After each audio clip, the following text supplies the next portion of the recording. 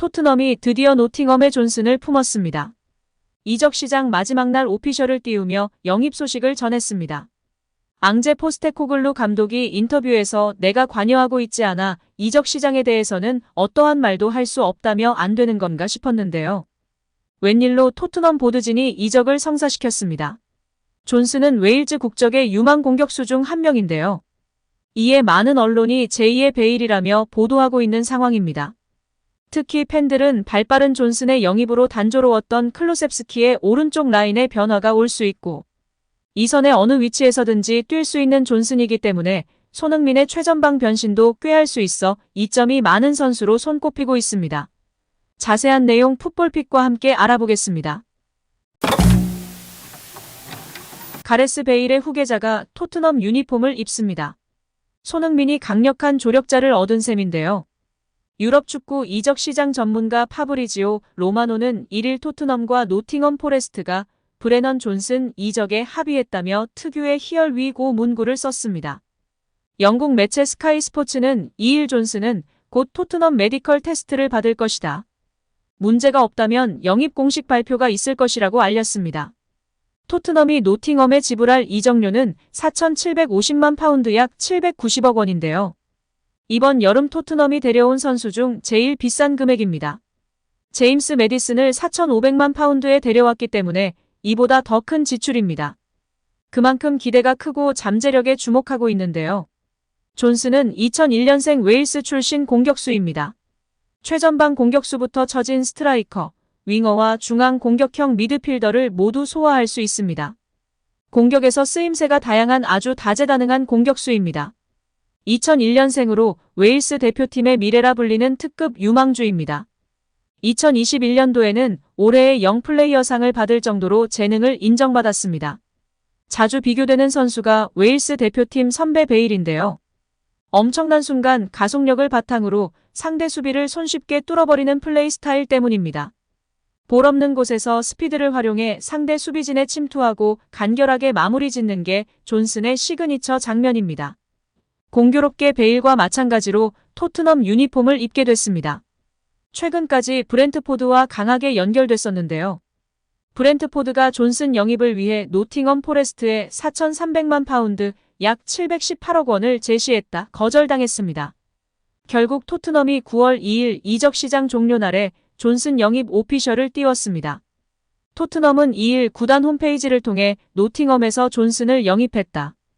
계약 기간은 2029년까지며 등번호는 22번이라고 밝혔습니다. 현지 보도에 따르면 존슨의 이적료는 4,500만 파운드 약 750억 원 이상으로 알려졌습니다. 또한 존슨은 웨일스 국가대표로 A매치 20경기에 출전해 2골을 기록 중인데요.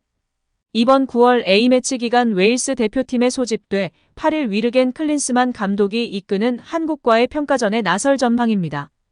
이제 토트넘은 토요일 저녁 11시에 벌리 원정길에 나서는데요. 리그에서의 상승세를 이어갈 수 있을지 귀추가 주목되고 있습니다.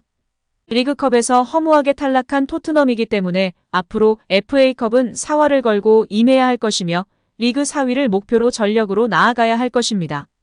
그러기 위해선 리그에서의 상승세를 꾸준히 이어갈 수 있도록 벌리 원정에서 승점 3점을 꼭 챙겨야 할 텐데요.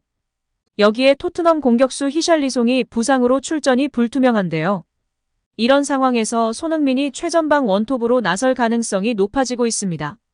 엔제 포스테코글루 감독은 이번 주 경기를 앞두고 가진 기자회견에서 히샬리송은 발목에 약간의 타격을 받았다. 어느 정도인지는 잘 모르겠다고 히샬리송의 발목 부상에 대해 언급했습니다. 정확한 부상 소식이 알려지지 않았지만 만약 정도가 심하다면 히샬리송은 벌리전 출전이 불투명한데요. 지난해 토트넘에 합류한 뒤로 히샬리송의 부진은 계속됐지만 포스테코글루 감독은 시즌이 개막하고 히샬리송을 최전방에 꾸준히 기용해 왔습니다. 영국 매체 스포츠몰에서도 부상을 당한 히샬리송 대신 손흥민이 중앙에 출전할 수 있다는 가능성을 제시했습니다. 매체는 포스테코글루 감독은 히샬리송의 부상 문제에 대해 자세히 설명하지 않았다. 만약 히샬리송이 토요일 경기에 나올 수 없다면 19살 대인 스칼렛이 그를 대체할 수 있다.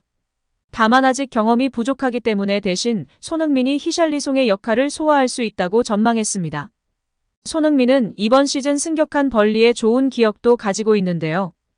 2019년도 시즌 푸스카스상을 받은 손흥민의 환상적인 70m 드리블골은 벌리를 상대로 터졌던 골입니다. 만약 히샬리송이 내일 경기에 출전하지 못한다면 손흥민이 최전방에서 대신 활약할 가능성이 높은 상황입니다. 한편 영국 가디언이 잉글랜드 프리미어리그에서 경쟁력을 보여주고 있는 아시아 선수들을 조명하면서 손흥민이 활약에 걸맞은 평가를 받지 못하고 있다고 전했습니다.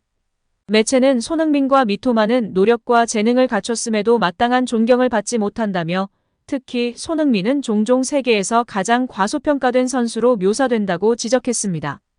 가디언은 아시아는 여전히 좋은 선수들이 나오는 곳으로 여겨지지 않으며 일본 또한 보편적으로 축구 강국으로 평가되지 않는다고 설명했습니다.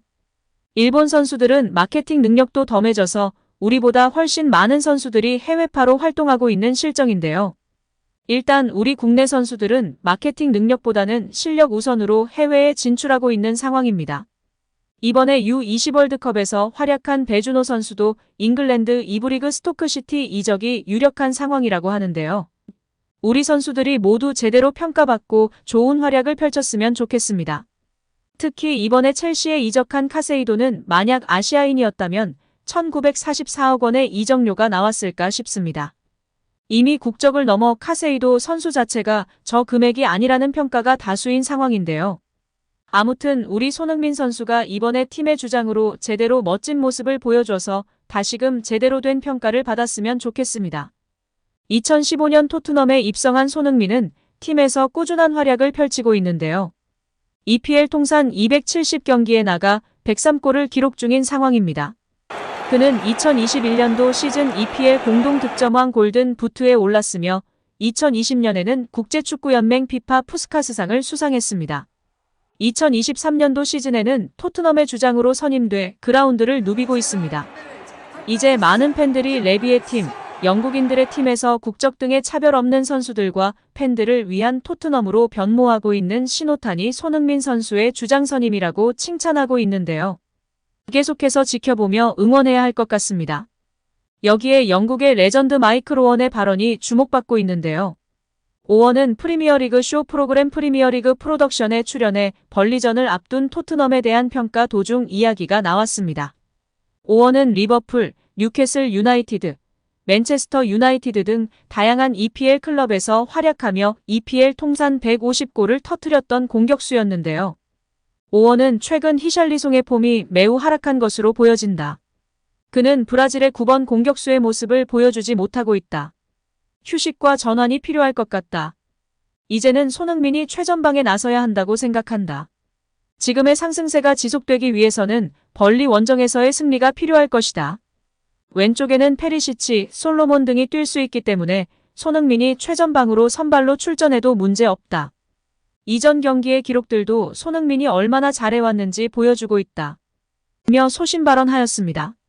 오늘도 시청해주셔서 감사합니다. 늘 건강하시고 더 좋은 영상으로 찾아뵙겠습니다. 구독과 좋아요도 잊지 마시고 부탁드립니다. 감사합니다.